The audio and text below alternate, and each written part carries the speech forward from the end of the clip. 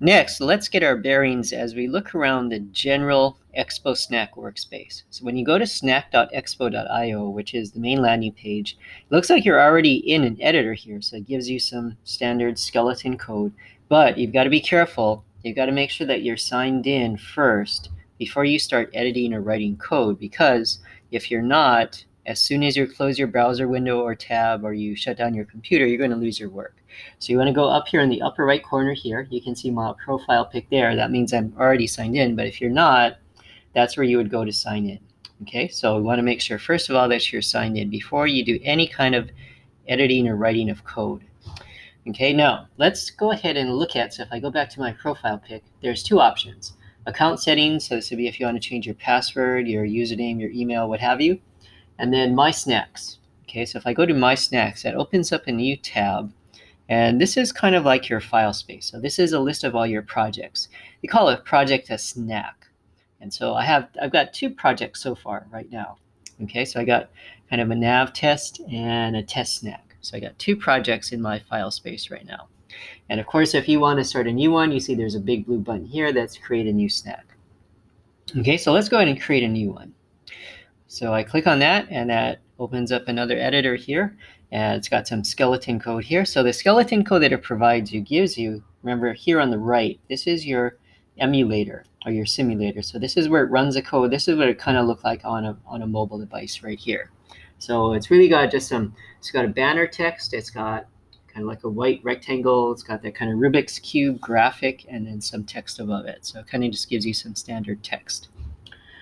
Okay, now the other thing about this editor as opposed to REPL is that you've got to make sure, you see where I'm hovering up here in this black button, kind of in the upper rightish section of my screen, in the top on the right side, save. Okay, now REPL, thing about REPL, the nice thing about it was it auto saves your work. So as you type and as you edit, it'll auto save it occasionally, periodically. So you didn't have to worry about that. But with this editor, and in fact most code editors, you do have to manually auto save it. Otherwise you're going to lose your work.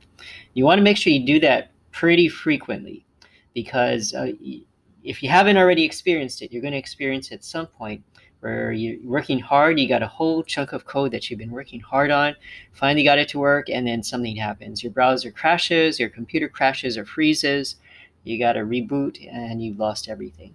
Okay, so in order to avoid that really frustrating situation, make sure you save it. Okay, now when it gives you this kind of standard skeleton code, it gives it kind of just like a random name. So I'm hovering here on the upper left corner. It gives it, looks like a brave key, looks like an adjective and a noun. Okay, so there you can name it whatever you want. Okay, so let's call this I'll call it simple app. So you can rename it, and then you want to make sure you save it. Okay, now when I save it, see this pop-up that comes up, snack was saved, and now you can actually share it. So once you've saved your snack, you can share it. So the browser address bar where I am right now, I highlight that in blue, you see it there. If you copy that link, that is what you can submit to me in order for me to be able to see your work. Or if you want to share it with somebody else, you can give them that link and they'll have access to your snack, to your project. You want to be careful though that you don't just hand it out to anybody, because if somebody comes in and they mess around with it, then you could lose some stuff. Okay, but that's how you would share it.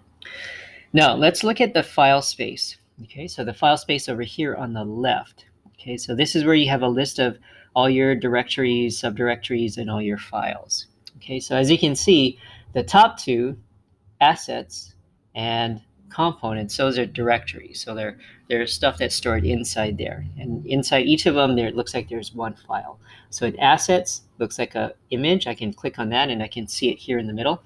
So that looks like a PNG. That looks like that Rubik's Cube type thing that they got kind of here in the middle of the graphic here. And then components, it says asset example.js. Okay, and then at the main level, at the top level of your directory structure, looks like there's several files. There's app.js. That's your main entry point. That's your main screen of your app, your home screen of your app. Package.json. Okay, now this one is kind of important. We're not going to touch this one right away, but there's going to come a time where we're going to need to put some stuff in here. So this one's kind of important. For now, you don't need to mess around in here. This is just know that it's there and that's important. And then, of course, we got a README. And we learned about READMEs before. Those are files that people typically put inside the root of your project, root directory of your project, just giving some background information. So if somebody else comes in and wants to know, well, what is this project all about? The first thing they'll normally do is go to the README file. Okay, so typically assets, this folder here, this would be where you put things like images, videos, audio clips, all the stuff, the extra stuff that you would normally include in a web page. So anything that is kind of audio-visual, usually in nature, those kind of clips or images, those go in assets. Components. So when you break down your app into components, remember for our app, we're looking at 2 components. You would normally put, as traditional, it's customary to put each of the files that holds each component inside this directory. So your main app entry point, app.js, always got to call it app.js, by the way. You can't change the name of that. So your main entry point, your main screen of your app, app.js, is always at the top level of your file structure. And then in the components folder, this would be when you start breaking it down into smaller chunks. This would be where you put those files that contain each of the components inside of them. Okay, so that's kind of how the lay of the land goes as far as Expo Snack. So that's kind of how things are set up. So now that we know where things are and where things go, now we can finally sit down and actually write some code.